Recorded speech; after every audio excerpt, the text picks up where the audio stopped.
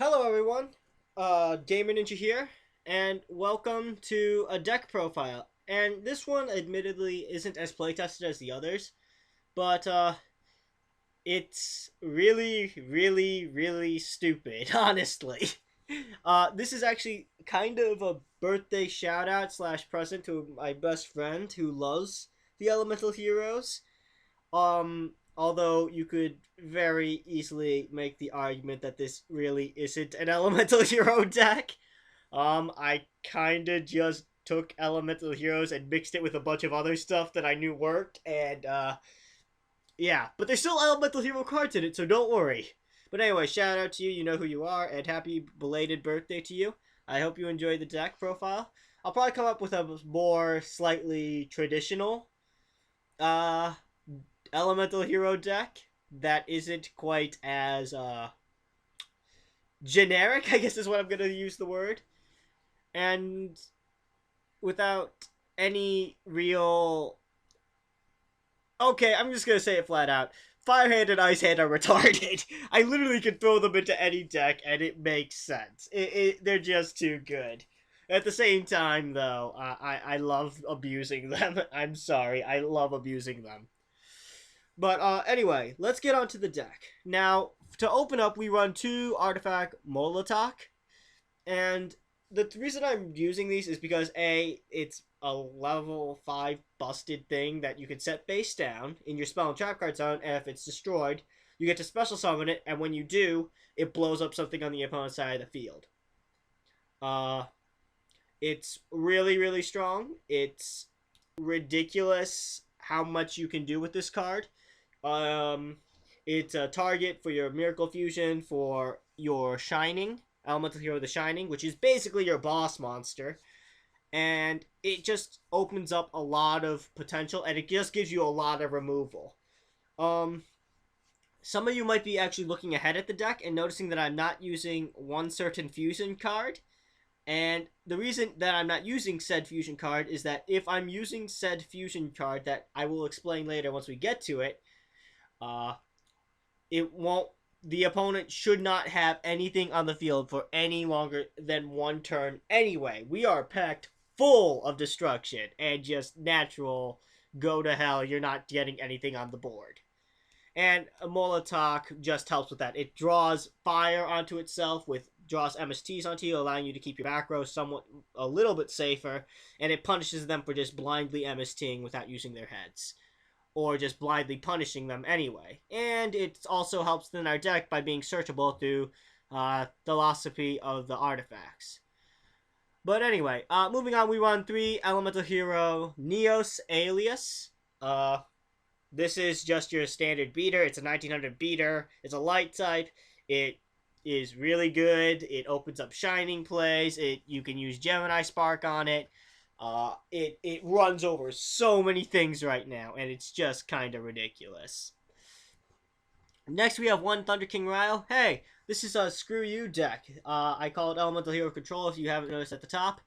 Thunder King Ryle basically shuts down 95% of plays for at least a good long while, and it's kind of stupid how much this card can shut down decks. I know for a fact that Boojins hate this because they can't add cards to their hand. They can't synchro summon to get, or I'm sorry, XYZ summon to get out really easily. They're literally forced to have a Crane in hand already, and then slam into you and pray for a Crane or whatever. But anyway, moving on, we have 3 Fire Hand and 3 Ice Hand. I already just told you how stupid these cards are, but if you don't know what they do, when Fire Hand's destroyed, but just flat out destroyed, and sent to the graveyard, you pop a monster on the opponent's side of the field, and you get Ice Hand. When Ice Hand is destroyed, but sent to the graveyard, you get to pop a face down. I'm sorry, not a face down. Any spell or trap card on the opponent's side of the field, and then special summon out of Fire Hand. These also are our materials for our secondary boss monsters that are also pretty cool. And they just allow you to keep your field, the pressure on the opponent while not really doing too much on their own. You could literally just blow up an entire field if the opponent has a big enough monster and just continually pop everything by repeatedly punching them in the face, quite literally with your fists, and then just proceed to destroy any hope they have of a comeback and just win. It's kind of stupid. Next, we have one elemental hero, Voltic. This is a bit of an interesting card. I really like it because, again, the opponent shouldn't have anything really on the board for anything too long. And we are banishing a fair amount thanks to Miracle Fusion. We can easily do damage via direct attack, special summon another elemental hero, and continue slamming into them. What you can do is if Voltic has been banished for Shining, summon a Voltic, pop them in the face, summon out another Voltic, pop them in another face, and then bring out another elemental hero like Alias, or even a third Voltic, pop them in the face, and then bring out Alias. It just opens up a lot of swarm capabilities and helps you keep your field pressure up. Alright, moving on to the spells. We run 3 E Emergency Call. It's a searcher. Yeah, you get 3 effectively Rhodas for elemental heroes. Yeah, I shouldn't have to explain why this card is good. 1 Mind Control, because Mind Control, you could steal potential fusion materials from the opponent. You could just remove stuff from the field for a time while you could pop everything in the face. Yeah, this is a very cool card. You could probably use either this or Book of Moon for various effects. I prefer Mind Control, but it's up to you. Next, we have 3 Miracle Fusion. It's Miracle Fusion. It gives you access to every single fusion you could possibly need, really, when you're playing elemental heroes, bar a few exceptions. But it's ridiculously strong. Blah, blah, blah, blah, blah. It banishes stuff, so Voltic can do stuff. It's a lot of fun stuff. 1 Soul Charge, because Soul Charge. I can't believe the card hasn't been restricted to 1. It's allows for explosive plays. Honestly, the deck really doesn't need Soul Charge. It's Soul Charge. I haven't run into a situation where I've drawn Soul Charge early and I wasn't happy that I had it in my deck. There has been 1 game where I drew it too late, but that was against, what was it? Madolches. And, basically, I drew it too late. He already had Tiramisu and all that stuff. Even if I were to Soul Charge, I was going to lose anyway. So, that does happen, but the sheer potential of this card is just unrivaled. You could Soul Charge XYZ materials for days, start popping stuff, start removing stuff, start drawing, start just doing all sorts of stuff. That just because you have a Soul Charge. It's really good. Next, I run 2 Pot of Duality. You're not special summoning too much. I mean, yes, you have stuff that could be special summoned, but if you're smart about it, you can't special summon should not be a drawback at all. If it does be a drawback, that means you probably misplayed somewhere and you need to basically think out your play a step ahead. It just adds more draw power to the deck, adds more consistency to the deck, nothing else to say about it. 1 Pot of Duplicity, because we have a lot of different things going on around here. It's nice to get them back into the deck, particularly the Fire and Ice hands, but it can be nice to have a Molotok back in the deck for the potential of getting it again. And then drawing 2 is really nice. It's more draw power, it's more consistency, blah, blah, blah. 2 Forbidden Lands, because who likes getting Dark Hold? No, none of these guys, except for maybe the hands, but even then, that's pretty iffy. Who likes making an opponent kill themselves on attack? I do. So, yeah, Forbidden Lance is probably one of my favorite spell cards, honestly. It really is. Next, we run 2 Gemini Spark. It's draw power, it's destruction, it gives Alias a secondary utility. It's really good. Oh, and it's a quick play, so we'll play it. Just play it. Next, we move on to the traps. Oh, that's right. Super Polymerization isn't in this deck. Because the opponent should not have anything of real threat. Or if they do, it won't matter anyway. And honestly, you want to keep your hand somewhat full just so you always have playability options. And discarding cards is pretty dangerous. And while Super Polymerization is a really cool card, and you could probably tech one in, I've never really had a situation where I wished I had Super Polymerization over, say, Gemini Spark or Soul Charge or whatever. While it's a very strong card, I'm not saying it's a bad card, it's just overkill in this deck. You have plenty of removal, which is really the big draw of the card. You remove a card and then you get to remove the opponent's monster, and then you get to drop a boss monster. And well, I can already still drop boss monsters at the drop of a hat, and I don't really need the opponent's monsters because they're all going to be dead thanks to Fire Hand, Molotov, Mind Control, whatever. And not to even begin with all of the trap cards that I have. And even Gemini Spark and Forbidden Lance really help with it. All in all, I found Super Polymerization to be just basically overkill. If you want to tech one it, I'd probably run it over Soul Charge, but that's entirely your prerogative. Now, moving on to traps. I run 2 Artifact Sanctums. It lets you special summon 1 Artifact monster, which means you immediately get to pop something. But you can't conduct your battle phase this turn. So just activate it during the opponent's turn, and that drawback, quote-unquote, is not an issue. Oh, and if it's destroyed, you get to destroy a card on the field. Tell me more about how artifacts are fair. This right here is almost as bullshit as this up here. Almost. These don't really cycle. However, this is still really, really strong. That's effectively 2 pops if you use it properly. If they, MST, I believe you could chain this, special summon out Molotov. Molotov's effect procs off, pops something, and then Mystical Space Typhoon will resolve. The Artifact Sanctum will die, and then you get to pop something else. Fair and balanced, right? 2 for 1? Oh, actually, that would be what? That you popped 2 cards, they've blown an MST, so they're already -3 just flat off of that, and you get a mod 2100 point beat stick on the full board? Yeah, that's fair. That's really, really, really fair. Finally, we have 2 Mirror Force, because Mirror Force, and if the opponent actually is able to get a field presence, you don't want them to have it, because you can't really explode too much. Your entire purpose is basically to stop them from ever getting a chance to build up an offense, and Mirror Force is the ultimate reset to that. Well, not the ultimate reset, but it's very useful. Yeah, it's Mirror Force. It's one of my favorite trap cards. Enough said. 1 Torrential Tribute, because remember what I said about you not having much of a board and the opponent can actually swarm over you? Yeah, because you don't have much of a board, this actually doesn't hurt you as much as it will your opponent if you do it properly. In fact, it could probably help you if you, like, Torrential Tribute a Fire Hand, Ice Hand, pop in opponent's back row and bring out a Fire Hand and punch them in the face with a Falcon Punch. Yeah, this card is really good. 2-Dimensional Prison, because more protection, more negation, more everything, completely screws up the opponent, etc., etc. I'm running 2 wiretaps.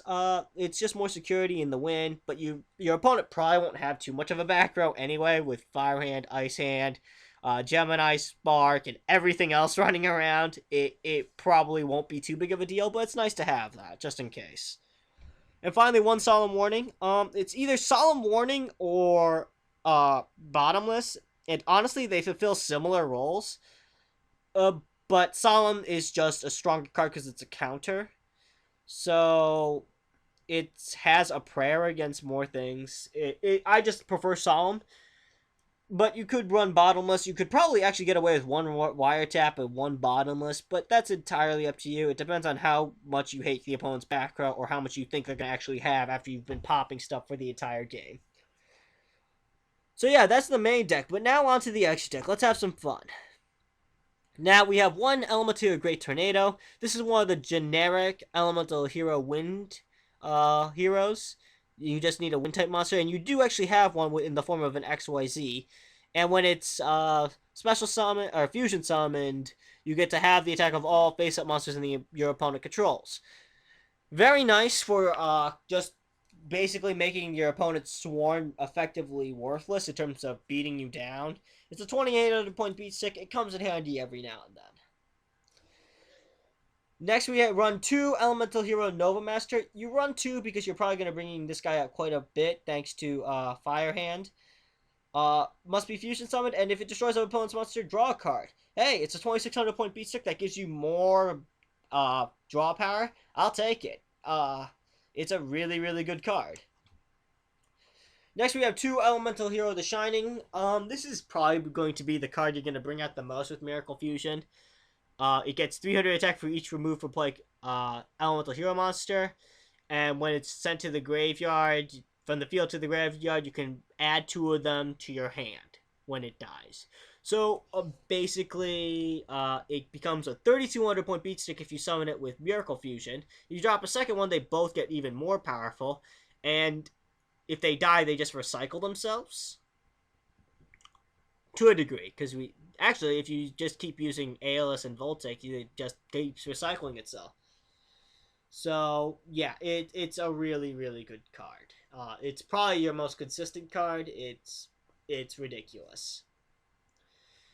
Next, we have one Corrido. Again, you're probably not going to use this guy too much, but you do have a Dark type. You might as well have a Miracle Fusion target for it, just because. It comes in handy every now and then. Gaining 100 attack for each elemental hero in the graveyard isn't going to be a lot, but it's still a 2,500 point beat stick. At least a 2,600 point beat stick, and it'll come in handy every now and then. Finally, we get to Elemental Hero Absolute Zero, and this is my favorite card. This is my favorite of the Elemental Hero fusions. Must be fusion summon, cannot be special summoned by other ways. This card gets 500 attack for each face-up water monster on the field, except Elemental Hero Zero. When this card leaves the field, destroy all monsters your opponent controls. Yeah, it's a walking dark hole, or walking Raigeki. And did I mention that this completely destroys mermails? Like, completely. Like, I faced a mermail deck, and I just dropped this on them, and they just cried as I just punched them in the face repeatedly. It was awesome. And then when they finally did something to it, they lost their entire field board, so I was able to just push for game anyway by just dropping another Miracle Fusion and going into Shining and punching them in the face with him. It's a really good... It's a solid card. If you're not pulling out Shining, you're probably going to pull out Zero. If you're not going to pull out Zero and you can't pull out Shining, you'll probably go into Nova Master. If you can't do either of those three, think carefully. Great Tornado is probably better, but Corrido can come in handy. That's the general rule. So the order of priority in general, use your own discretion, will go Shining into Shining, Absolute Zero, Nova Master, Great Tornado, Corrido. Now, of course, I'm not saying you should hold on to Miracle Fusion just so you can pull out Shining if they're going to just beat you to death and you need a monster. Go into something else out of that order. But if you have a choice and you're in a fairly decent position, you should probably go in that order just because that's their strength. In my own personal opinion, with how I play, I'd probably actually rank Zero over Shining, but Shining just is way easier to bring out with all of our light targets. So, play around with it. Experiment, have fun with that. Anyway, on to the XYZs. We run one Constellar Pleiades. Remember when I said we run a lot of light type monsters? Yeah, this is a really annoying card. It's a compulsory evacuation device on legs. You can do it twice. And, yeah, it's really strong. And it's a 2,500 point beat stick. It's really easy to pull out. Blah, blah, blah, blah, blah. One Constellar Omega. Again, it's a light type XYZ. You summon it. You can make itself immune to spell or trap cards. You could also make your Constellar Pleiades immune to spell, trap cards, and monster effects. Just spell and trap effects. And just slam into the opponent repeatedly if they actually have a back row after your Ice Hand Onslaught. Next, we have one Black Ship of Corn. This is the dark type XYZ that you can actually use for Corrido. I'm not saying you should... It's a Black Ship of Corn. It's really good. You destroy one card with 2,100 or less, and then you inflict 1,000 damage. It can't attack, but who cares? You just blew up something and dealt damage. What more do you want? Number 101, Silent Honor Arc. I've talked about this card before. It's your out to so many things. Probably the best XYZ in the deck. Honestly, it gives itself protection. It's a 2,100 point beat stick. It's a water type, so it gives Elemental Hero Absolute Zero 500 point boost, and you can use it for Elemental Hero Absolute Zero for fusion. It's a really good card. One Noble Swan Beelzebub. If the opponent is overrunning you, then just drop this and nuke it, and then you'll get field presence and they won't. If you're already have more stuff than them, you probably won't need this. But, yeah. it's still good as a holy crap, I'm gonna die unless I do something. Oh yeah, I have Noble Swarm. Yeah. Next up, we have one Daigusto Amarillo. This is your Wind XYZ that you can use for Great Tornado. This is actually better in this deck than I thought it would be. I just sort of threw it in. But thinking about it, it lets you recycle your hands repeatedly and draw because of it. Do you know how much bullshit I can pull with this? It's ridiculous. Also, the second effect is actually useful because while they're in the graveyard, Elemental Hero Neos Alias can actually be special summoned by Daigusto Amarillo. So that's really cool, actually. I've never actually used that secondary effect until I made this deck. So Daigusto Amarillo is actually a really good card in this one. And finally, one Abyss Dweller, because while Mermails do have troubles with Absolute Zero, we just want to say no to them even more. This is basically the ultimate no to them. Please, please, please use this. It works well with Absolute Zero. Yeah, it's really good. Also, you can actually turn it into a 2200 point beat stick if you use an Ice Hand. So, that's the Elemental Hero deck. Quote unquote Elemental Hero deck. You can see sort of where that I kind of took Trap Tricks thought style to it, as in screw the opponent over as much as possible, drop big stuff on them, and then win. But still, it's a lot of fun, actually. It really is a lot of fun. There's actually a surprising amount of plays you can do, and it's all really, really fun. So anyway, I hope you all enjoyed. This is the Gamer Ninja, and I'm signing out.